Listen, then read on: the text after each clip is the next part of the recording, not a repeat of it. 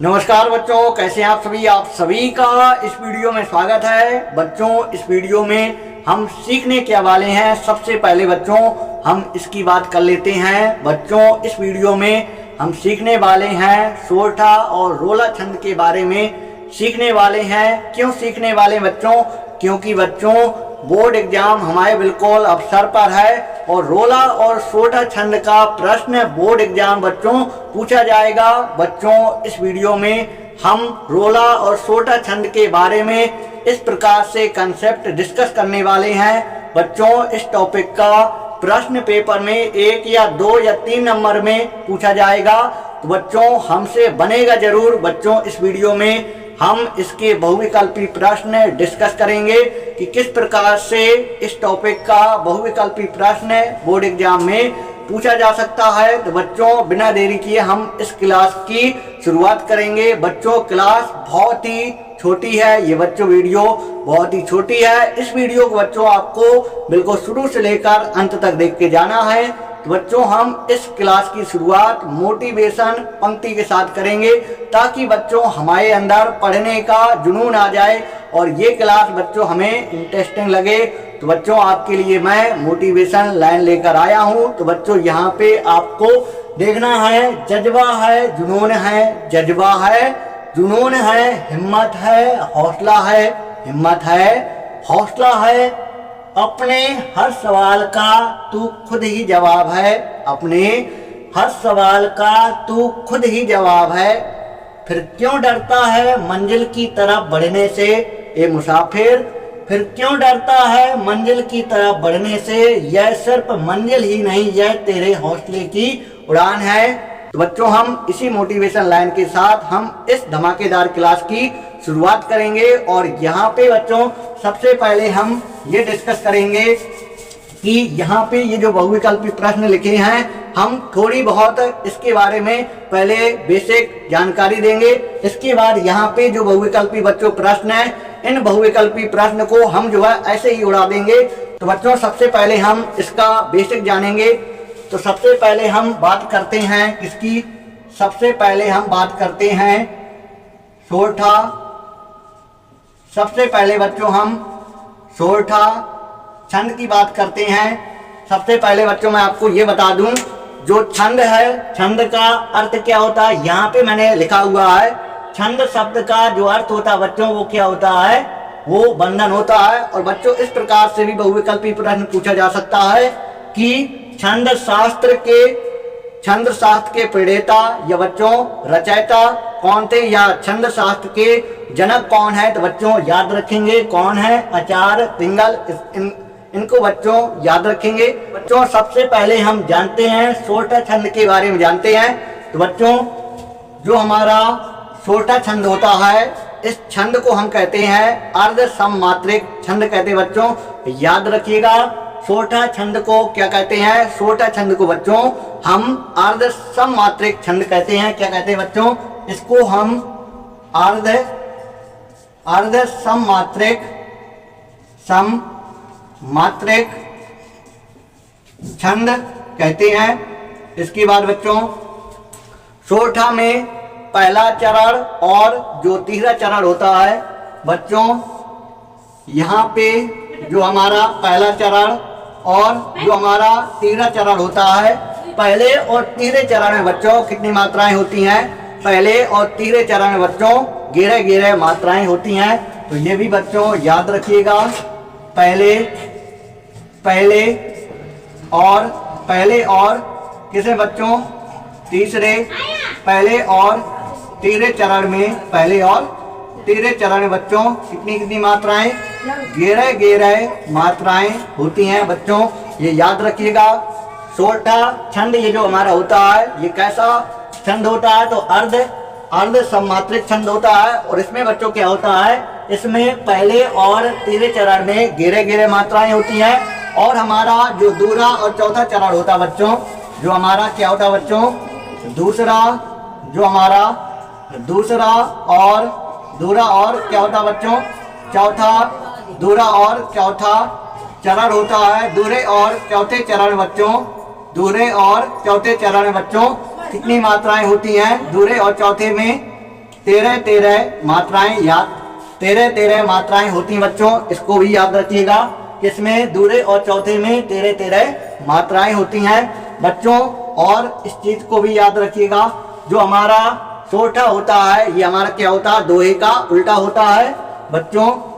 ये हमारा क्या होता है, ये हमारा दोहे का क्या होता है बच्चों, ये हमारा दोहे का उल्टा होता है। तो बच्चों यहाँ पे आपने सीखा कि जो हमारा छोटा छंद होता है ये अर्ध सम्मात्रिक छंद होता है। इसमें बच्चों पहले और तीसरे चरण में घेरे घेरे मात्राएं होती हैं, और बच्चों दूसरा और चौथा जो हमारा चरण होता है इसमें 13 13 मात्राएं होती हैं बच्चों। ये जो हमारा छंद होता है ये छंद दोहे का क्या होता है बच्चों, उल्टा होता है। इसके बाद बच्चों जानेंगे रोला छंद के बारे में, जानेंगे रोला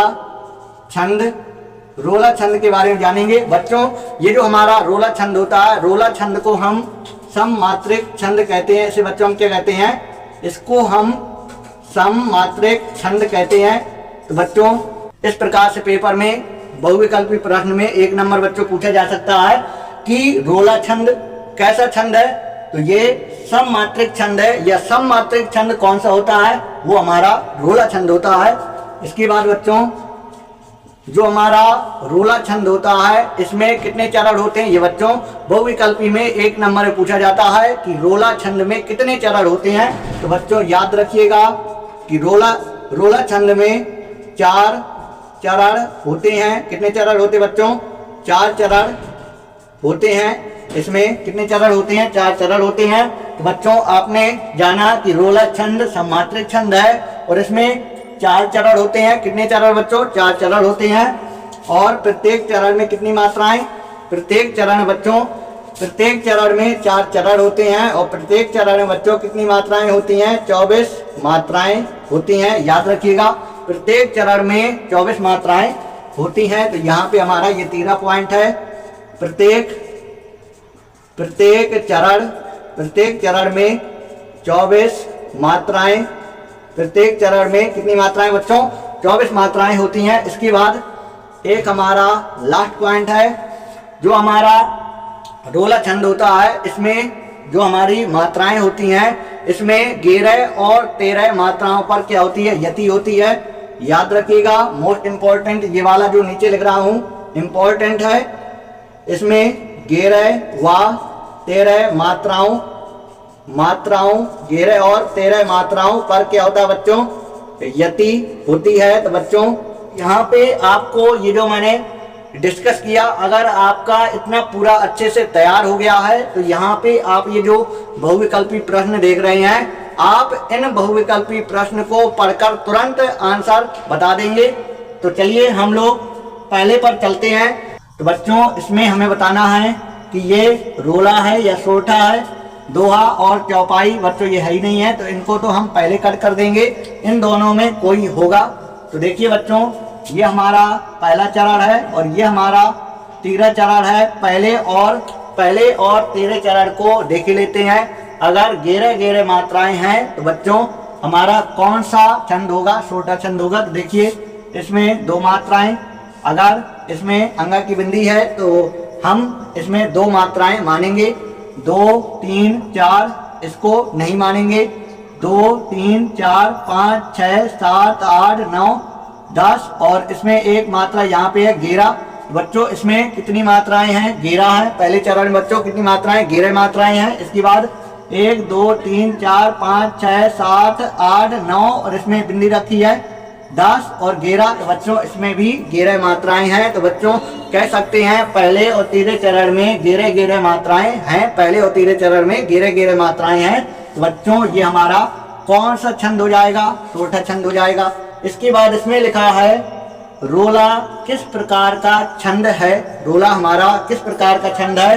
तो देखिए सममात्रिक, विषम मात्रिक, सम व विषम दोनों या इनमें से कोई नहीं। तो देखिए मैंने आपको बताया है रोला, जो रोला है बच्चों यहाँ पे लिखा हुआ है रोला हमारा कैसा छंद है, तो ये हमारा सममात्रिक छंद है। तो इसका ये वाला ऑप्शन हमारा सही हो जाएगा। तो बच्चों मैंने पहले बताया था अगर आप इसको अच्छे से डिस्कस कर लेंगे तो यहाँ पे ये जो बहुविकल्पी प्रश्न लिखे हैं ये बिल्कुल ऐसे ही यहाँ है, आप जो है देखकर आंसर बता देंगे। तो इसके बाद बच्चों हम आते हैं 13 नंबर के बहुविकल्पी प्रश्न पर आते हैं। इसमें सोरठा छंद में प्रथम और तृतीय चरण में मात्राएं होती हैं। जो हमारा सोरठा है इसमें प्रथम और तीसरे में कितनी कितनी मात्राएं बच्चों, तो इसका आप तुरंत जवाब देंगे कि गेरे गेरे मात्राएं होती हैं। बच्चों अगर आप इस वीडियो में सपोर्ट दिखाते हैं, अगर आप कहते हैं कि हमें लाइव पढ़ना है, तो बच्चों मैं आपको लाइव पढ़ाया करूंगा और आप जो है कमेंट बॉक्स में आंसर बिल्कुल लाइव बताया करेंगे। इसका जो है ये वाला सही हो रहा है, मैं जब कंसेप्ट क्लियर करा दूंगा तो आप जो है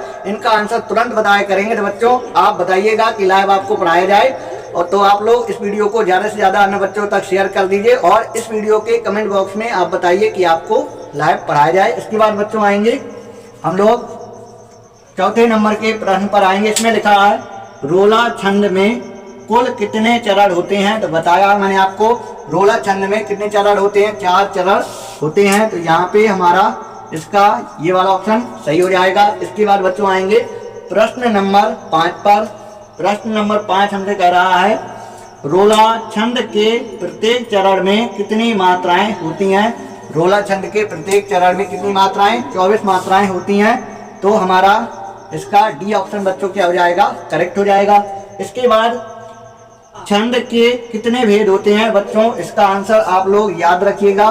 छंद के 3 भेद होते हैं बच्चों, याद रखिएगा। छंद के कितने भेद होते हैं, 3 भेद होते हैं। इसके बाद देखिए बच्चों इसमें लिखा है छंद को पढ़ते समय आने वाले विराम को कहते हैं। तो बच्चों आने वाले विराम को क्या कहते हैं, यति कहते हैं। या बच्चों यति न दिया होता, बच्चों यति अगर न दिया होता, यति ना दिया होता तो यति का मतलब क्या होता है, ठहराव, या होता बच्चों विराम, या होता रुकना। तो आप समझ सकते हैं यति का मतलब क्या होता है। इसके बाद बच्चों 4 चरणों में समान मात्रा वाले छंद को क्या कहते हैं। जैसे इसमें प्रत्येक चरण में 24 मात्राएं हैं और चारों चरण में समान मात्राएं होती हैं, तो इसको हम क्या कहते हैं, रोला छंद कहते हैं। तो कौन सा सही हो जाएगा, इसमें हमारा रोला हो जाएगा। तो रोला नहीं है तो इसको हम क्या कहेंगे, सममात्रिक। तो सममात्रिक में आप लोग टिक लगाएंगे। इसके बाद बच्चों यहाँ पे ये जो प्रश्न पूछा गया है, इसमें पूछा गया छंद शब्द का सर्वप्रथम उल्लेख किसमें मिलता है। बच्चों ये प्रश्न भी पेपर में पूछा जा सकता है। तो ये मिलता है ऋग्वेद में। किसमें मिलता है, ये बच्चों ऋग्वेद में मिलता है। तो इसका आंसर हमारा ऋग्वेद है। इसका आंसर बच्चों क्या है, ऋग्वेद है। तो बच्चों इस वीडियो में आपको इस प्रकार से बहुविकल्पी प्रश्न डिस्कस किए गए। बच्चों अगर आपको ये वीडियो पसंद आई हो तो इस वीडियो को आप लोग लाइक करें। बच्चों इस वीडियो के कमेंट बॉक्स में आपके जो सुझाव हों, इस वीडियो के कमेंट बॉक्स में आप लिखिएगा, हमें बताइएगा, तो आपके सुझाव का जवाब जरूर दिया जाएगा। तो आज की वीडियो बस इतना ही। आप लोग अपना ख्याल रखें, स्वस्थ रहे, मस्त रहे। फिर मिलता हूँ बच्चों मैं आपसे एक नई वीडियो में।